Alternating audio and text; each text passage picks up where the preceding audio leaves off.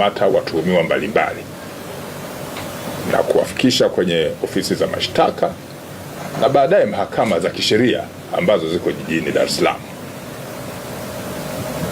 Tunafikiri ni muhimu mkajua watu hawa wanaishiwa wapi na nini kinafanyika, hasa pale tunapowahamasisha wananchi wajitokeze kwenda kutoa ushahidi kwenye mashauri mbalimbali ya kijinai ambayo yanaanzia polisi na baadaye kupelekwa kwenye mamlaka hizi zingine. Kati ya tarehe 25 Februari na Machi 18, mahakama mbalimbali za jiji ambazo ziko kwenye jiji la Dar es Salaam, kwa baadhi ya watuhumiwa waliopelekwa kwenye mahakama hizo wamepatikana na hatia na kupewa adhabu mbalimbali kulingana na aina ya kosa ambalo walishtakiwa. Miongoni mwa watuhumiwa waliopelekwa kwenye mahakama hizo ni pamoja na mtuhumiwa aliyofahamika kwa jina la Joel Israel maarufu kama Joel, mkazi wa Charambe, ambaye huyu alihukumiwa na mahakama ya wilaya ya Temeke kifungo cha miaka 30 jela kwa kosa la unyang'anyi wa kutumia silaha. Lakini pia yupo Athmani Saidi maarufu kama Nyoni, mkazi wa Buza. Huyu alihukumiwa pia na mahakama ya Temeke kifungo cha miaka 30 jela kwa kosa pia la unyang'anyi wa kutumia silaha.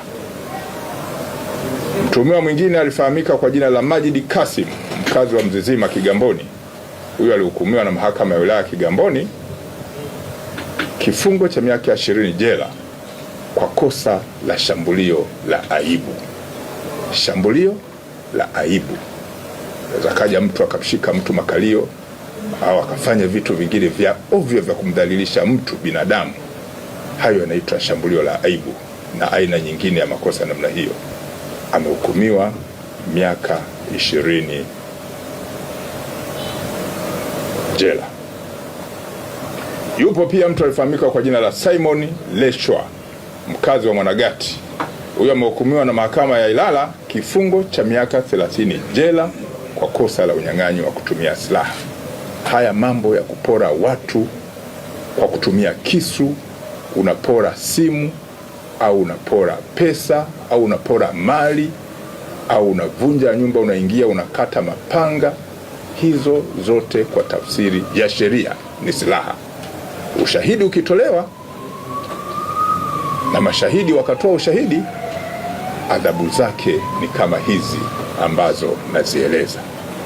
Kwa maendeleo ya sekta ya utalii na huduma za hoteli nchini, Parrot Hotel iliyopo Kaloleni katikati ya jiji la Arusha ni fahari ya Tanzania. Ina bwawa la kisasa la kuogelea na kupumzika kwa watu wa rika zote, mapokezi yenye ubora.